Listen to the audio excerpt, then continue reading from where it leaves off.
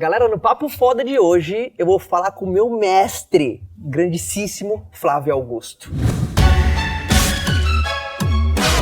Flavião, em primeiro lugar, obrigado. Imagina, Caio. Prazer. Tô aqui na tua terra, tô em Orlando. Primeiro, cara, como eu tô feliz. Eu bati um papo com o Flávio antes, galera. Nossa, mas assim, você não vê a hora passar. É muito bom estar do lado de quem eleva o teu espírito, aumenta o teu entusiasmo. Ele é um cara que ele dá um incômodo gostoso de... Sabe, de você pode mais, você é maior do que você imagina. Você tá um insight do seu próximo nível. É muito bom, cara. Obrigado. Prazer. Foi um desabafo inicial nesse papo. Quem que é o Flávio? Como às vezes você até, né? Porque eu sei a sua história, acompanho a tua história. Mas quem que é o Flávio? Eu sou um garoto da periferia, um garoto de 46 anos hoje já, né? Mas eu sou o garoto da periferia do Rio de Janeiro, assim eu me identifico, que andava de ônibus 2h30 a 4 horas por dia entre ir e voltar para o trabalho, mas que buscou, pesquisou, quis mais da vida, que não questionou os formatos, os modelos, as formas, e enfim, e hoje eu busco manter a minha essência, continuar a ser esse mesmo garoto, mas tentar avisar as pessoas que a vida pode ser muito mais do que aquilo que contaram para elas, né? Eu gosto de ser esse mensageiro que diz para as pessoas que elas podem mais do que aquilo que a escola, que a universidade, que o mercado de trabalho diz para elas que elas podem ser. Eu gosto de ser essa peça que gera esse incômodo aí que você mencionou. Total, total. E, poxa, tocando a WhatsApp, fundador da WhatsApp, Orlando City, por sinal tive lá, lindíssimo, nossa, o estádio tá maravilhoso, energia surreal, meusucesso.com, o geração de valor. De onde veio esse seu lado de contribuição? Porque, cara, é uma coisa nobre, né? Porque às vezes você podia estar crescendo e não devolver. De onde surgiu esse devolver de volta pra galera que tá assistindo? Às vezes quando a gente tem resultados, né, e não compartilha, não acredita na lei da maré, né? Quando não sobe. Olha, eu sempre digo para as pessoas que ganhar dinheiro é muito bom. Eu acho que é hipócrita quem diz que é ruim ganhar dinheiro.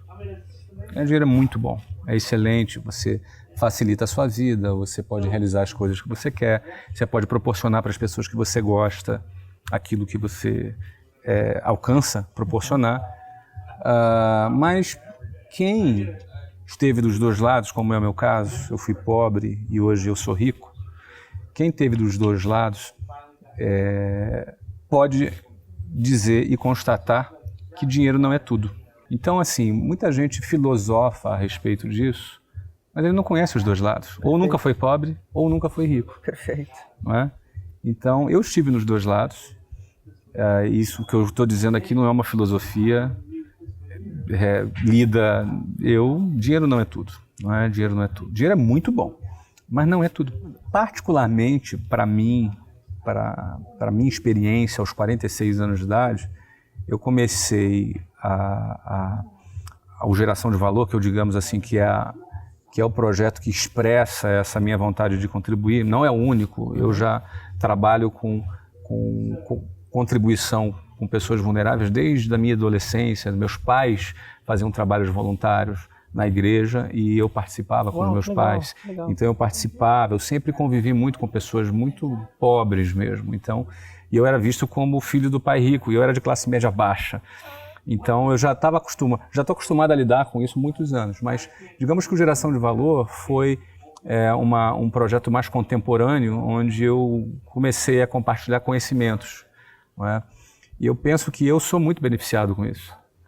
Eu sou profundamente beneficiado desde quando eu comecei o Geração. Você disse que me segue desde 2011? 2011. 16 de agosto foi o primeiro post dele, que é o meu aniversário, por sinal, a guitarra. No Instagram. No Instagram.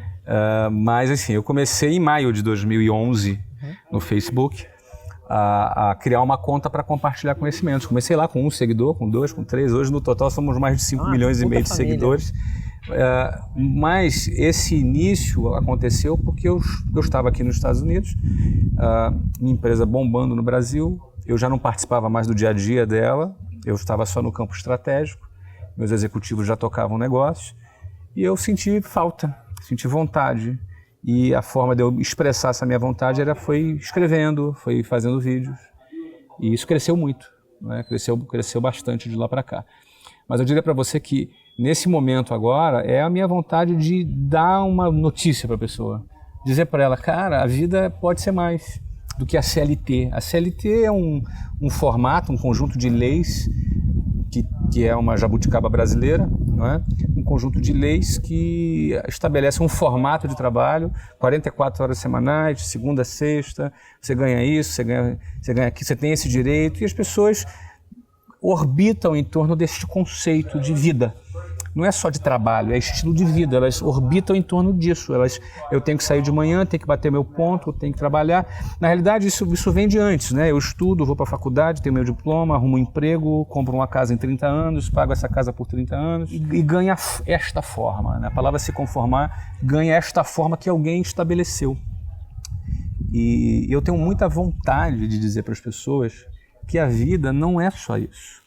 Ela pode viver muito bem, dignamente, dentro desta forma, não é? Trabalhando 8, 10 horas por dia para ganhar um salário e ter fundo de garantia e pagar uma casa, um financiamento num banco do governo por 30 anos. Não tem nenhum problema isso. Mas a vida pode ser mais do que isso. E o empreendedorismo me deu isso, não é? Porque eu vivo empreendedorismo na prática desde 1995, quando eu abri minha empresa e minha vida foi, não é? Eu, como empreendedor, como empresário, construí uma carreira baseada em resultados. Uhum. Então, eu não falo do que eu ouvi falar, eu não falo do que me disseram. Que eu li num livro, que me contaram. Eu falo do que eu vivi. Perfeito. Mas mais do que falo o que eu vivi, eu tenho um propósito em falar o que eu vivi. Eu falo o que eu vivi com um propósito. Meu propósito, ao compartilhar, é dizer para a pessoa: existem outras formas de vida, além de uma carteira de trabalho, de uma CLT, de um conjunto de leis ou de direitos, ou seja lá o que for. Não é? E essa forma de vida o empreendedorismo nos oferece. É óbvio, nem todo mundo vai ser empreendedor. Nem todo mundo vai estar afim de correr risco que o empreendedor corre. Provavelmente todo mundo vai querer ter o resultado que o empreendedor tem. Mas nem todo mundo vai estar afim de pagar o preço. Porém, eu penso que se pelo menos 1% a mais quiser, já é uma grande contribuição para o Brasil. No Brasil, 70% dos empregos formais no Brasil são gerados por pequenas e microempresas. Oh, que legal. 70%. Ou seja, o maior empregador do Brasil não são as estatais e não são as multinacionais. Ou seja, se o pequeno, e o que eu estou falando é o seguinte, o pequeno e microempreendedor, quem é? É o dono da padaria, é o dono da escola, é o cara da lanchonete, é o cara de uma confecção, que compra uma franquia de uma determinada marca. Esse é o pequeno e microempreendedor. Esse cara é o maior empregador do Brasil. Cara, se mais pessoas empreendem, mais empregos a gente gera. Então, para o desenvolvimento do Brasil, é fundamental que jovens, homens e mulheres, sonhem em querer mais. Que não sonhem em depender do governo, mas que sonhem em depender do seu próprio trabalho. Empreenderem e criarem os seus negócios. Então, eu entendo que a minha missão é um pouco dessa vontade de contar que ela pode viver de forma diferente, mas entendendo também que isso tem impacto no Brasil e na sua economia. Então é isso que me fez e me faz, ao longo desses 7 anos, dedicar meu tempo de forma gratuita. A internet é um meio de muitas pessoas empreenderem. É um canal, né? Empreendedores digitais, é um canal de vendas. Eu não vivo de internet, não é um meio de vida para mim. Ao contrário, eu tenho as minhas empresas, aqui eu dou meu tempo, mas isso tem um propósito, né? E eu me sinto muito recompensado quando, por exemplo, e eu recebo muitas desse tipo, pessoas que mandam para mim o seu depoimento dizendo que, baseado nas informações, no estímulo, na motivação que a gente deu, que abriu o seu negócio, tem 2 filiais, 3, que está empregando 50 pessoas, que ganha tantos milhões por ano. Há várias. Se eu fizesse um vídeo disso, ia ser um vídeo de 1 hora de pessoas, porque são 7 anos, né? E detalhe, isso não é um projeto que tu tem resultado imediato em 1 mês. São 7 anos. Não é? 7 anos. Então você tem aí, eu já tenho um acervo. Eu sempre me convenci que se apenas uma pessoa entendesse, já valia a pena. Já tá valendo. Se só um maluco que estiver aí do outro lado entender, para mim já tá bom. Mas já tem algumas centenas de malucos já. Que já nos colocaram. E uma coisa que dá pra ver do seu lado, você é um cara muito de gente, você é muito de contato, você é um cara que é muito legal estar do lado. E isso sempre te acompanhou muito. Sim. Né? A tua parte... Porque eu venho de vendas, né? É eu isso sou um cara que eu queria chegar. Vendas, E pra quem tá assistindo em casa, não importa se o cara é empreendedor, se não, porque as pessoas estereotipam o vendedor como né, às vezes o chato, isso e aquilo, mas não tem noção que a principal habilidade para alguém que rompe um padrão, sabe, é a habilidade da venda, de transferência de emoção, de passar a sua visão. Cara, como é essa habilidade? Então, no primeiro lugar é o seguinte, venda é uma das profissões mais subestimadas do mundo. Uma mãe, quando vai procurar emprego para um filho e pede para um amigo, para arrumar um emprego, meu filho, pode ser qualquer coisa, até vendedor. Então, só que vamos analisar o seguinte, se o McDonald's não vender, ele quebra. Verdade. Se a Fiat não vender, ela quebra. Se a Apple não vender iPhone, ela quebra. Venda é uma das atividades mais importantes do mercado. Queira eu ou não, queira você ou não, queira seja quem for, goste ou não, vendas é fundamental. Em especial em momentos de crise que nós vivemos hoje no Brasil, onde a demanda está mais fraca, né? O que crise significa o quê? A diminuição da demanda. Com a diminuição da demanda, menos pessoas vão buscar e procurar produtos e serviços para comprarem, porque não tem dinheiro, ou porque não tem interesse, ou porque estão inseguras com o futuro. Nesse cenário, quem domina a arte da venda, ela navega num mar em tempestade com tranquilidade. Perfeito. Porque ela vai vender independentemente do que é crise. Você vai ver índices de PIB caindo e você vai ver empresas crescendo. Por quê? Porque a força de vendas é movida por um combustível. Qual combustível? O sonho do vendedor. O desejo dele mudar de vida, o desejo dele transformar sua vida. Isso faz com que ele alcance resultados de venda porque ele está sendo movido pelos seus próprios interesses. O vendedor é um empreendedor que não tem um CNPJ, ele tem uma pasta. A pasta é a empresa dele. Não sei se a pasta, cada empresa tem... Hoje o iPad. O iPad, o seu celular. Aquilo ali é a empresa dele. Ele não tem um CNPJ, mas ele tem um sonho. Ele tem um objetivo, ele quer mudar de vida. E ninguém segura alguém que quer mudar de vida. Ele só precisa de um instrumento. Esse instrumento pode ser um emprego momentâneo, pode ser um marketing multinível, pode ser uma empresa. É um veículo para ele chegar no sonho dele. E ele tem que ter sempre isso em mente, porque se ele começar a achar que o veículo é o fim, ele se perdeu. O veículo não é o fim, o veículo é o meio. Não é? Para você atingir o seu fim. Qual é o seu fim? Realizar os seus projetos. Para que você quer realizar seus projetos? Para você se sentir realizado como profissional, para você proporcionar algo bom para sua família. Perfeito. Quando você entende isso, já é uma grande coisa. Só que alguns não se conformam com isso e vão além. Ele fala, eu vou ter sucesso porque eu quero crescer, mas eu quero transcender. O que é transcender? Agora, não importa só o meu sucesso e o meu bem-estar, porque se eu ganhar 1 milhão a mais, 1 milhão a menos, não vai mudar nada na minha vida. Agora eu quero beneficiar outras pessoas. Agora eu quero que outras pessoas percebam que não é tão difícil quanto elas pensam. Né? O mundo inteiro pinta como se fosse difícil. E aí entram vários aproveitadores nesse caminho aí. Um deles são os políticos, que vão tentar te convencer que você é um miserável e vai morrer miserável porque você é vítima do sistema. E aí você vai ter problemas, você vai ter políticos te jogando para baixo. Outros são os abutres. São aqueles falsos amigos que estão torcendo para o seu fracasso, mas te dá tapinha nas costas quando está na tua frente.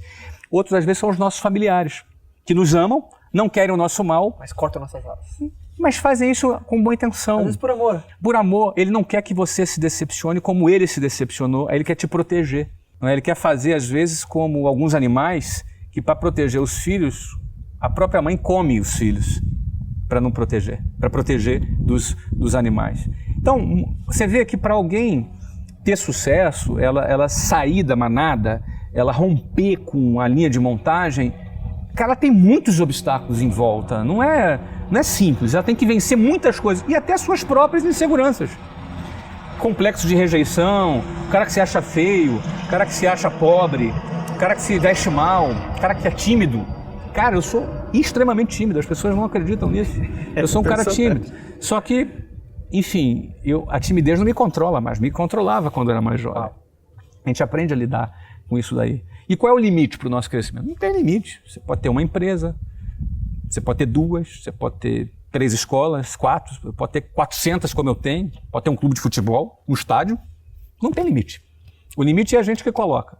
Quando a gente acredita que o mundo que nós vivemos é aquele que nos foi apresentado e ponto, e a gente se conforma. Quando a gente não quer se conformar, a gente começa a olhar o que tem e fala, puxa, que bom, graças a Deus que eu tenho isso aqui, mas eu quero mais. E aí, para você ter mais, você vai precisar ter aquela mesma coragem que você teve lá no início, quando você não tinha nada a perder, hoje, quando você tem muito a perder. É muito mais louvável um cara que tem muito a perder, bota a perder para ir para o próximo passo do que quando ele era um Zé Ninguém, não tinha nada a perder, tem muito mérito. Por isso que muita gente cresce e chega a um certo ponto param. É o ponto que ela fala assim, eu não quero mais arriscar, tá bom. Aí sabe o que geralmente acontece? Ele sai do A pro B, vai do B pro C, C pro D, D pro E, E pro F, chega no X, ele fala, tá bom X. E não é que ele vai ficar no X, ele talvez volte pro A. Porque ou tu tá subindo, ou tu tá descendo. Não existe acordo com a mediocridade. Não existe acordo com o fracasso. Ou tu tá espancando o fracasso, ou ele tá te espancando. Mesmo que você não saiba. Então tá cheio de morto-vivo aí andando, que já morreu, o cara não sabe ainda. Daqui a um ano ele vai descobrir que já tá morto, já estava morto há um ano já. Por quê? Ele morre quando ele desiste dos sonhos dele, quando ele se acomoda dos sonhos dele. Aí esse cara já tá morto. Mas o que é um erro que você percebe muito no cotidiano? De empreendedores, um empreendedor que está começando agora, qual que é um calcanhar de Aquiles que você percebe que pega muito empreendedor? Depende da fase, não é? Por exemplo, a gente estava citando aqui do cara que alcançou algum sucesso. O maior erro é se acomodar. Quando o cara que alcança o primeiro sucesso, ele já quer, entendeu? Aí você vai ver o cara tirando férias 4 vezes por ano, postando no Facebook, a vida dele começa a virar uma caça-like do que de fato ser uma vida mais produtiva. Mas depende da fase, né? Eu sempre digo que na fase inicial, que é uma fase que eu respeito muito, né? O cara sair do zero, mas como é que eu mudo a minha vida? Como é que eu saio do zero? Essa é uma fase crítica, que eu acho que o cara tem que estar afim de assumir os riscos de sair da boiada, de sair da linha de montagem, não é? Então, isso é muito difícil e o maior erro é o cara ter medo. Então, a ponto de paralisar. Isso. No fundo é assim, o medo de perder impede que as pessoas ganhem. É simples. Não é? O que te move mais? Qual é a força que te move mais? É o medo de perder ou a vontade de ganhar? Perfeito. Então, assim, é uma luta, né? É como se um lado teu quisesse muito ganhar e o outro lado tem medo de perder. O mais forte vai vencer. Se você for um cara que tem mais forte o medo de perder, valores como estabilidade vão te atrair mais, vão te dominar. Se você for um cara que a vontade de ganhar te move muito mais, valores como ambição e vontade de crescer vão te seduzir mais. Então é igual futebol, né? Quem não faz, toma. Você me falou que gostava de jogar futebol no recreio, né? Porra, quem não faz, toma. Não é? A melhor defesa é o ataque. Então, cara, ou tu parte pra cima ou tu vai ser goleado. E às vezes uma dica pra quem tá na minha caminhada e só tá dando tudo errado. E o cara fala, porra, tá dando tudo errado, não tá acontecendo. Porque a tua história é muito legal, porque você tomou pancada pra cacete. Então isso que é legal, por isso que é gostoso. E venceu absurdamente lá. Por isso que... O que você diz pra um cara que tá no meio da jornada e só tá tomando na cabeça? Bom, o que acontece é que se tá dando tudo errado pra você, você tem que refletir. Geralmente, são por 2 motivos. Né? Se você não tá tendo resultados, geralmente é por 2 motivos. Ou você não tá trabalhando o suficiente. Aí alguém, mas tá me chamando de vagabundo, Flávio? Pode ser. É possível. Não estou dizendo que você é vagabundo, porque eu não te conheço, não sei nem quem está aí do outro lado, mas pode ser. Pode ser por falta de trabalho. Ou você está trabalhando errado. Ou é por você não está trabalhando o suficiente, ou você está trabalhando errado. Porque se você tentar pregar um prego com um punho, você vai machucar a tua mão. Você tem que, às vezes, usar a ferramenta correta, tem que bater da forma correta. Aí você tem que buscar aprender. E eu costumo dizer, em outras palavras, ou a culpa está em você, ou a culpa está no processo. Então eu costumo dizer para a pessoa, como é que você sabe se a culpa está em você e a culpa está no processo? A pergunta pode ser outra também. Quando eu devo desistir? Muita gente pensa. Não é? Qual é a hora de parar num projeto? Eu costumo dizer, em paralelo, estou fazendo a mesma resposta, quem quer vencer não pode desistir nunca. Como assim, Flávio? Mas se o projeto for um projeto fracassado... Não, você troca de projeto. Mas quando você troca de projeto, você não está desistindo, você está perseverando. Claro. Você está trocando de projeto e perseverando na tua busca. Mas o que eu costumo dizer é... Se o erro está em você, é quando você está num determinado setor, eu não estou falando de forma genérica, e tem um monte de gente dando certo, um monte de gente fazendo acontecer e você não. Cara, o erro está em você. Você pode estar errando no processo, você pode estar errando na técnica, ou você pode não estar se dedicando de forma suficiente. Você pode, de repente, estar muito ansioso. E quem trabalha com vendas, a ansiedade é um inimigo muito grande. Não é? o cliente percebe que você está ansioso, aí não se sente segurança, não vai comprar o seu produto. Pode ser N motivos relacionados a você. Você precisa se aprimorar ou na sua inteligência emocional, ou na sua quantidade de trabalho, ou na sua técnica de venda. Ok? Agora, se você está numa área, num setor que você vê que o mercado está mudando, se você tem uma videolocadora e você está percebendo que Netflix está bombando, cara, não adianta você querer perseverar na sua videolocadora. O mercado é o mercado. Você tem que observar. Então aí nesse caso desiste, né? Fala, não, cara, se você vai trocar de projeto, você não está desistindo, ao contrário, você está perseverando. Então você tem que estar sensível para avaliar se o erro está em você ou se o erro está no teu setor. Então, acho que geralmente são por esses dois motivos, entendeu, cara? E assim, todos nós um dia começamos, e é natural, quando quem está começando, pensar e ter aquela certa ansiedade com o futuro. Pô, será que eu vou dar certo? Será que eu vou conseguir? Isso é normal. E vontade de desistir também é muito normal. Mas eu acho que você tem que se lembrar sempre, né? Os seus motivos, os seus propósitos, por que você quer chegar, por que você...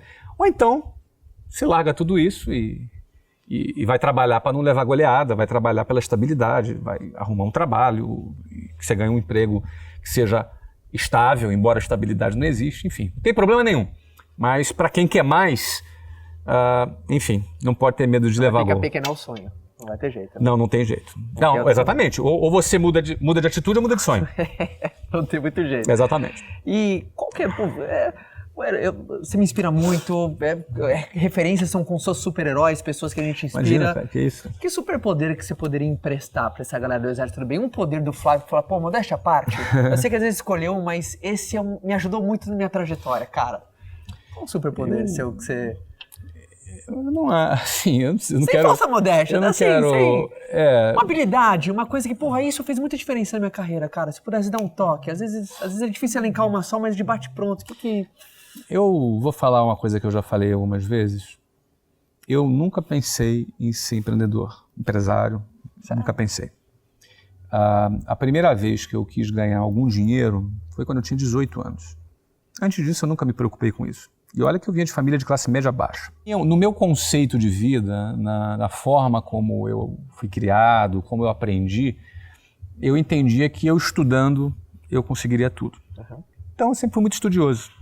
Embora tenha sido expulso 2 vezes da escola, sempre fui muito questionador, sempre fui muito bom aluno, né? Então nunca foi problema para mim a escola, sempre passei em concurso, fui do Colégio Naval, fui da Escola de Formação de Oficiais da Marinha, de lá inclusive foi um dos lugares que eu fui desligado, né?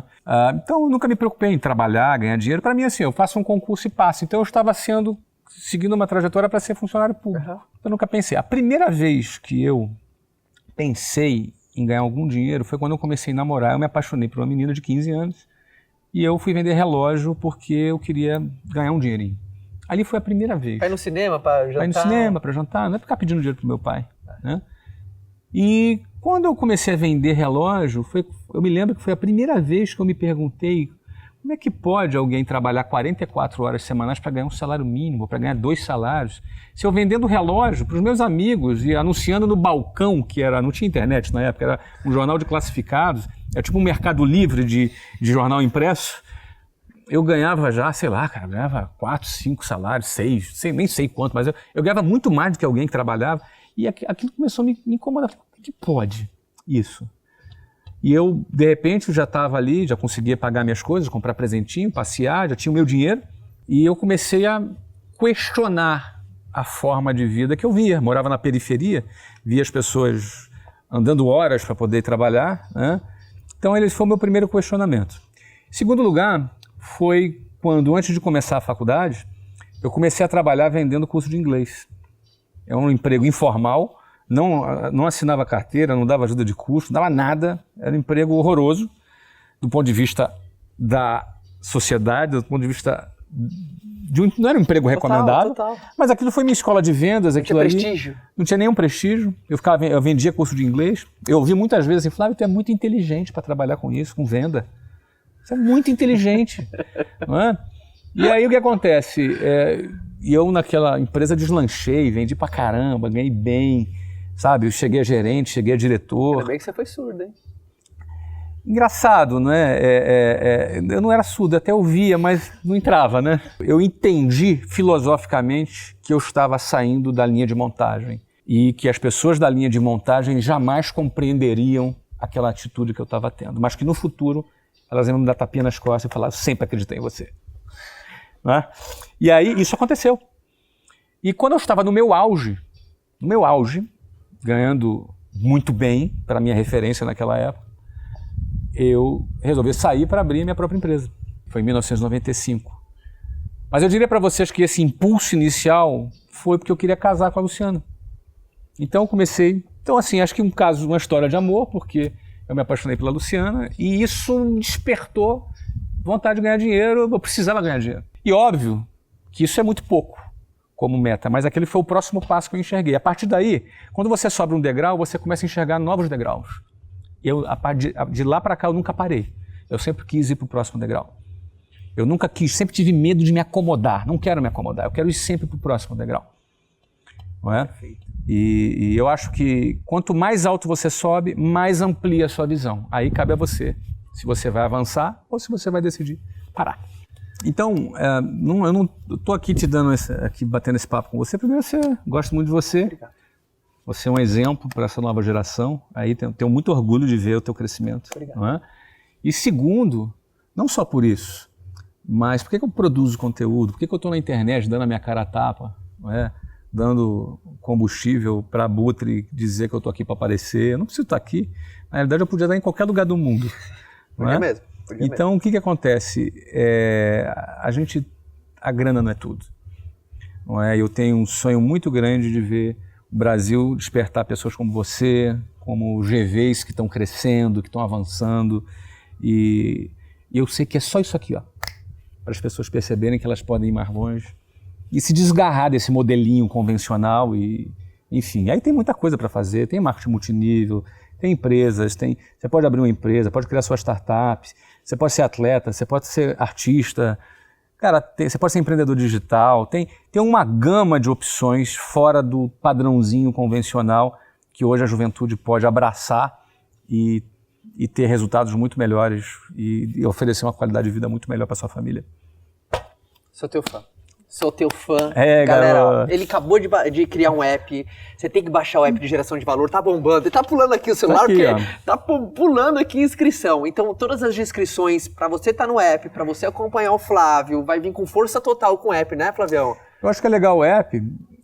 Eu resolvi sair dos algoritmos das redes sociais e a gente criou o app SouGV. Então, é só se você usa Android ou se você usa iOS, que é o iPhone, você pode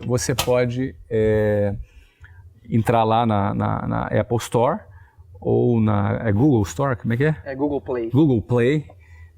Você pode entrar na Google Play ou na Apple Store e buscar por Flávio Augusto ou SouGV. Você vai achar o nosso aplicativo. A gente produz conteúdo diário, gratuito. Se você está afim de aprender, a gente tem vários especialistas. Você tem um especialista em vendas, que é o Edio, que está lá. O Pedro de Abreu, que é professor de Harvard, que também é um colaborador. Todas as semanas produz artigos acadêmicos para você aprender mais sobre motivação e identidade do ponto de vista acadêmico. E eu também produzo lá uma série de conteúdos. É de graça, só você baixar para o teu celular. Obrigado por tudo que você faz. Valeu, Caio! Galera, Exército do Bem, general aqui, master do Exército do Bem. E se curtiu o vídeo, deixa sua curtida, compartilha isso, porque vamos cada vez juntar pessoas boas, positivas e querendo fazer a diferença, tá bom? Até o próximo vídeo. Tchau! Valeu!